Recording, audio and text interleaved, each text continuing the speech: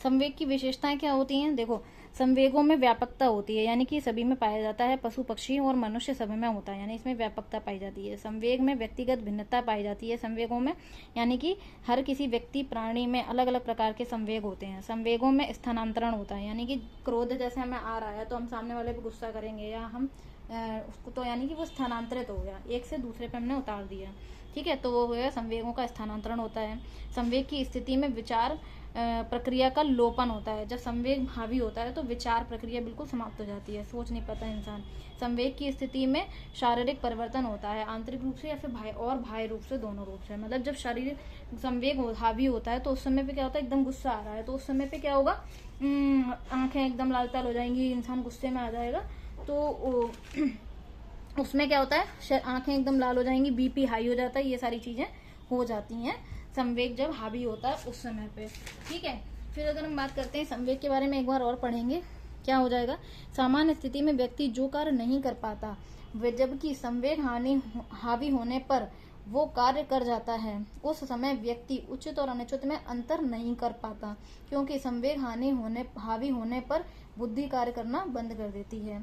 जैसे जब व्यक्ति में डर संवेग उत्पन्न होता है तो वह बड़े बड़े गड्ढों को भी पार कर जाता है, ठीक है। और उसके बाद में आ जाता है इसकी मूल प्रवृत्ति का अर्थ क्या होता है। मूल प्रवृत्ति के विषय में सबसे पहले मैकडूगल के द्वारा बताया गया था। इनका मानना था कि मूल प्रवृत्ति एक जन्मजात प्रक्रिया है जो संवेगों को जन्म देती है, ठीक है। मैकडूगल का मानना था कि प्रत्येक मूल प्रवृत्ति के साथ एक संवेग जुड़ा होता है। जैसे भोजन करना हम सबकी मूल प्रवृत्ति होती है और ये भूख नामक संवेग से जुड़ा हुआ है। पानी पीना व्यक्ति की मूल प्रवृत्ति होती है और ये प्यास नामक संवेग से जुड़ा है। अर्थात मूल प्रवृत्तियां ही संवेग को उत्पन्न करती हैं। मनोवैज्ञानिक वाटसन जो व्यवहारवादी हैं, वाटसन ने संवेगों की 3 संख्या बताई है। संवेगों की कितनी संख्या बताई वाटसन ने? 3 संख्या बताई है, भय, क्रोध और प्रेम। भय, क्रोध, और भय हो जाएगा, डर लग जाएगा, क्रोध आएगा और प्रेम। जबकि मनोवैज्ञानिक सिगमंड फ्राइड ने संवेगों की 2 संख्या बताई है, जिजीविषा और मुमूर्षा। जिजीविषा मुमूर्षा किसने बताई है? सिगमंड फ्राइड ने बताई है। जिजीविषा मतलब जीने की इच्छा, मुमूर्षा मतलब मरने की इच्छा। ये किसने बताई? सिगमंड फ्राइड ने संवेग 2 बताए हैं। देखो, संवेगों के मूल प्रवृत्ति के बारे में बताया मैकडूगल ने कितने मूल प्रवृत्ति बताई? 14 बताई। 14 ही कितने बताए? संवेग बताए, ठीक है। अब संवेग जब बच्चा वो भय, क्रोध और प्रेम, 3 संवेग किसने बताए? व्यवहारवाद यानी कि के जनक यानी वाटसन ने बताए 3 संवेग, भय, क्रोध और प्रेम, ठीक। और 2 संवेग किसने बताए? 2 संवेग बताए सिगमंड फ्राइड ने, ठीक। 2 शब्दों का नाम है सिगमंड फ्राइड का और 2 ही इन्होंने संवेग बताए सिगमंड फ्राइड ने, ठीक। जिजीविषा और मुमूर्षा। जिजीविषा मतलब जीने की इच्छा और मुमूर्षा मतलब मरने की इच्छा। अब अगला टॉपिक इसमें आ जाता है अधिगम अक्षमता। अधिगम अक्षमता क्या होता है? नंबर 1 पहली बीमारी कौन सी है? अप्रेक्सिया।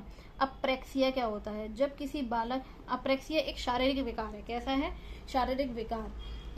अप्रेक्सिया जब किसी बालक को उठने, बैठने, लिखने और चलने में समस्या होती है, अर्थात उसकी मांसपेशियां कमजोर होती हैं, तो उसे माना जाता है कि बालक अप्रेक्सिया से पीड़ित है।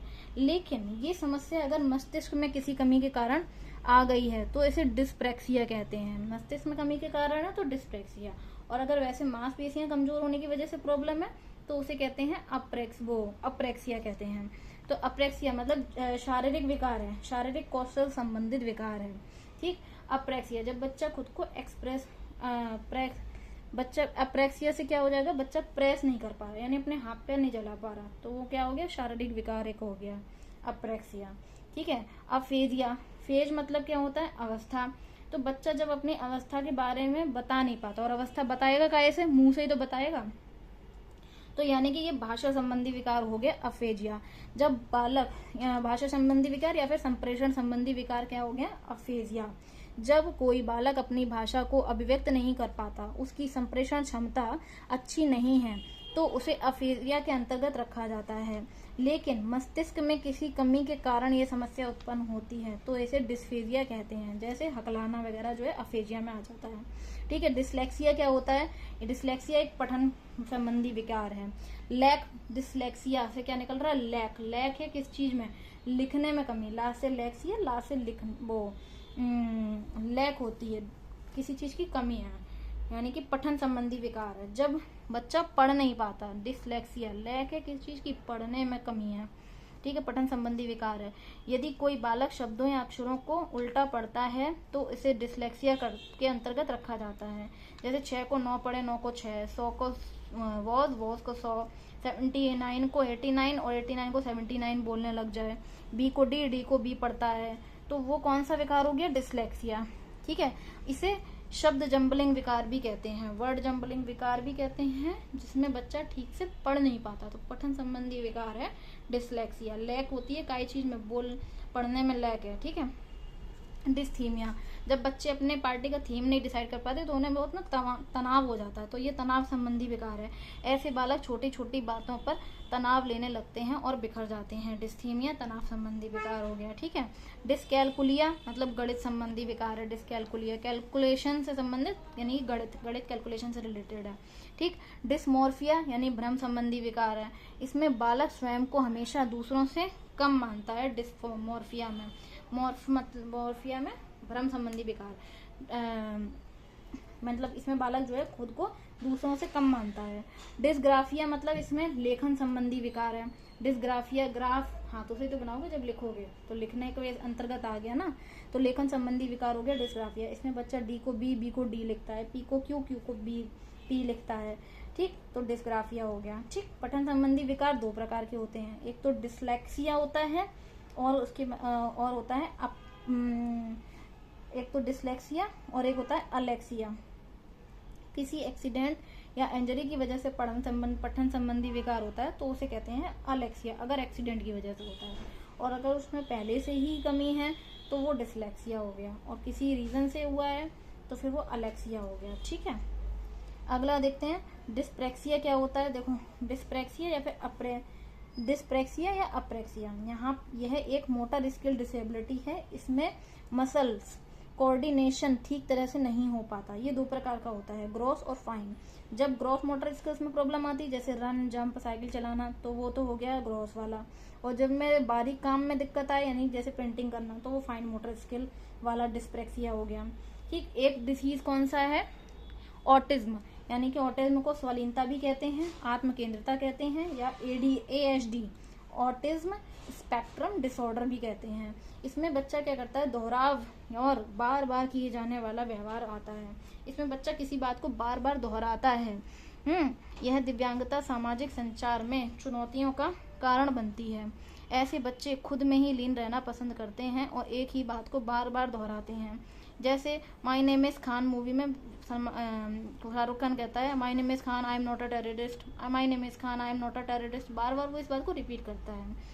ये बच्चे सोसाइटी से दूर रहना पसंद करते हैं, दुनियादारी से इन्हें कोई मतलब नहीं होता, अपने में पर्टिकुलर रूटीन में रहते हैं, अपने एक पर्टिकुलर रूटीन में बने रहते हैं ये, ठीक है, ये ऐसा करते हैं।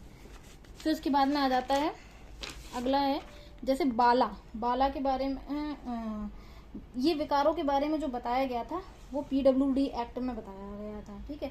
बाला के बारे में और देख लो, बाला क्या होता है, building as learning aid, building as learning aid, school की बिल्डिंग की हर दीवार पर कुछ ना कुछ पढ़ाई वाली चीजें जो पेंट की जाती हैं जिससे बच्चा उन्हें देखकर पढ़ सके, उसे ही बाला कहते हैं।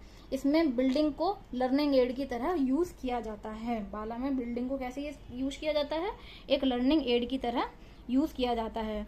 और कौन सी डिसीज होती है, ADHD डिसीज होती है, attention deficiency hyper activity disorder. ये बच्चे अतिरिक्त क्रियाशील होते हैं, हाइपर एक्टिव होते हैं, एक जगह पर फोकस नहीं कर पाते, बच्चे का अटेंशन पीरियड बहुत कम होता है। इसमें बच्चा एक चीज पर ध्यान केंद्रित नहीं कर पाता, अपने आवेगों पर नियंत्रण नहीं कर पाता, तो वो हो गया ADHD डिसीज, ठीक है। एसिड इफेक्ट क्या होता है, अटैक क्या होता है, एक महिला के ऊपर एसिड डालने पर उसकी जिंदगी पर बहुत ज्यादा अफेक्ट करती है वो उसकी जिंदगी। पार्किंसंस डिसीज क्या होती है, यह तंत्र से जुड़ा हुआ रोग है जिसमें शरीर के अंगों में कंपन महसूस होता है। दुनिया में करीब 1 करोड़ लोग इस बीमारी से पीड़ित हैं। भारत में हर साल करीब कई मामले सामने आते हैं। यह रोग किसी भी उम्र में हो सकता है, हालांकि यह रोग 60+ वाले लोगों में अधिक देखने को मिलता है, जैसे हाथों का कांपना, ठीक। फिर उसके बाद में आ जाता है सेरेब्रल पाल्सी। सेरेब्रल मतलब ब्रेन, और पाल्सी माने कमजोर हो जाना, इसमें दिमाग कमजोर हो जाता है व्यक्ति का, ठीक है। यह एक न्यूरोलॉजिकल डिसऑर्डर है, इसमें बच्चे का दिमाग कमजोर हो जाता है। ये बेसिकली पैरालिसिस से जुड़ा हुआ है। इंसान चीज़ों को सही से होल्ड नहीं कर पाता, ऐसे बच्चे सही तरह से खड़े भी नहीं हो पाते, उनका बैलेंस नहीं बनता, ठीक है। सहारा लेके बच्चे को खड़ा होना पड़ता है। यह एक तरह की विकलांगता है, इसमें बच्चों को वस्तु पकड़ने और चलने में समस्या होती है। किस डिसीज में? सेरेब्रल पाल्सी में, ठीक। देखो, भाषा क्या होती है? सार्थक शब्दों के समूह को जब हम प्रस्तुत करते हैं भाषा कहलाती है। विचारों के आदान प्रदान ही भाषा है।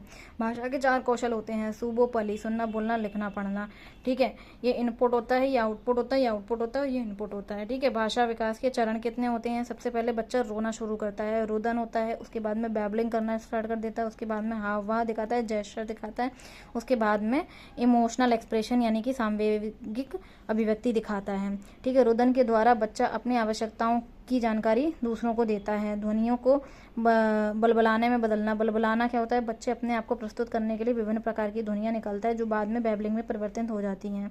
हाव भाव में यानी कि जेस्चर में क्या होता है? ये ऐसी क्रियाएं होती हैं जो भाषा का प्रतिस्थापित रूप होती हैं, जिसे बच्चा अपने आप को प्रस्तुत करने के लिए करता है। सांवेगिक अभिव्यक्ति क्या होती है? इसमें बच्चा अपने संवेगों का सहारा लेकर अपने आप को प्रस्तुत करता है, अर्थात कभी हंसकर, रोकर, दुखी होकर, खुशी से प्रस्तुत करता है, ठीक। अगर हम बात करें अधिगम और अर्जन में क्या फ़र्क होता है?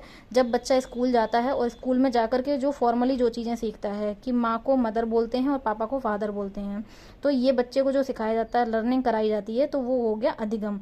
और जो बच्चा अपने आसपास के वातावरण और समाज में रहकर के स्वयं से सीख जाता है उसे कहते हैं अर्जन। गाँव का बच्चा स्वयं ही सीख जाता है, माँ को अम्मा बोलते हैं, मम्मी कहते हैं, ये समाज में देखकर उसने सीखा, तो वो हो गया अर्जन। विदेश का बच्चा अपनी मम्मी को अपने आप से बचपन से ही मॉम कहने लग जाता है समाज में देखकर। इसमें बच्चा स्वयं ही सीखता है, कोई फॉर्मल ट्रेनिंग नहीं देनी पड़ती। चॉम्स्की ने कहा था कि बच्चा बिना किसी ट्रेनिंग के ऑटोमेटिक भाषा सीख जाता है। ये बात किसने कही थी? चॉम्स्की ने। जबकि स्किनर ने कहा था कि बच्चा लर्निंग के माध्यम से भाषा को सीखता है, ठीक। चॉम्स्की का पूरा नाम क्या था? Abraham Noam Chomsky. चॉम्स्की को भाषा का पितामह कहा जाता है। इन्होंने जनरेटिव ग्रामर की संज्ञा दी थी, जिसका अर्थ है बालक में भाषा ग्रहण करने की जन्मजात प्रवृत्ति होती है, ठीक। इन्होंने माना कि बालक जो भाषा सुनता है वही भाषा बोलता है।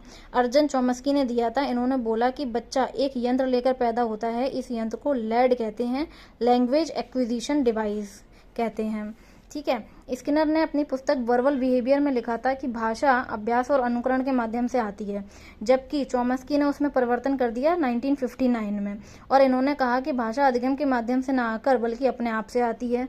ये चॉम्स्की ने कहा था। क्यों? इन्होंने कहा था कि भाषा जो है वो एक जन्मजात प्रवृत्ति है। भाषा जन्मजात प्रवृत्ति है, बच्चे के पास जन्म से ही भाषा अर्जन यंत्र यानी कि लैंग्वेज एक्विजिशन डिवाइस लैड होता है, और बच्चे यह यंत्र बच्चों को एक भाषा से दूसरी भाषा के नियम बनाने में सहायता करता है। कौन? लैड। इनका मानना है कि सभी भाषाओं की एक ही व्याकरण होती है। जैसे हम हिंदी में संज्ञा सर्वनाम क्रिया बोलते हैं, वैसे ही इंग्लिश में नाउन प्रोनाउन वर्ब बोलते हैं। इस प्रकार हम कह सकते हैं कि सभी भाषाओं की व्याकरण कैसी होती है? सार्वभौमिक होती है। बच्चा भाषा अर्जन जो है वो लैड की सहायता से करता है। भाषा का अर्जन कैसे करते हैं? लैड की सहायता, लैंग्वेज एक्विजिशन डिवाइस की सहायता से, और एक भाषा से दूसरी भाषा के नियम भी बनाना सीखता है, जिसे क्या कहते हैं? Transformational generative grammar. ठीक, भाषा को जो सीख रहा है, भाषा को जन्मजात रूप से ग्रहण कर रहा है, तो वो जनरेटिव ग्रामर, और एक भाषा से दूसरी भाषा के नियम बना रहा है तो उसे ट्रांसफॉर्मेशनल जनरेटिव ग्रामर कहते हैं, ठीक है। पियाजे ने के अनुसार क्या है? पहले थॉट आता है फिर भाषा आती है, जबकि वाइगोत्स्की के अनुसार क्या है कि पहले भाषा आती है फिर थॉट आता है। वाइगोत्स्की का मानना है कि बच्चे में भाषा और विचार का विकास। चॉम्स्की का पूरा नाम क्या है? Abraham Noam Chomsky. चॉम्स्की को भाषा का क्या कहा जाता है? पितामह कहा जाता है। इन्होंने जनरेटिव ग्रामर की संज्ञा दी, जिसका अर्थ है कि बालक में भाषा ग्रहण करने की जन्मजात प्रवृत्ति होती है। तो इसको कहा इन्होंने जनरेटिव ग्रामर। और एक भाषा से दूसरी भाषा स्वयं बना लेता है, उस व्याकरण स्वयं बना लेता है, उसे कहा ट्रांसफॉर्मेशनल जनरेटिव ग्रामर। इन्होंने माना बालक जो भाषा सुनता है वो ही भाषा बोलता है।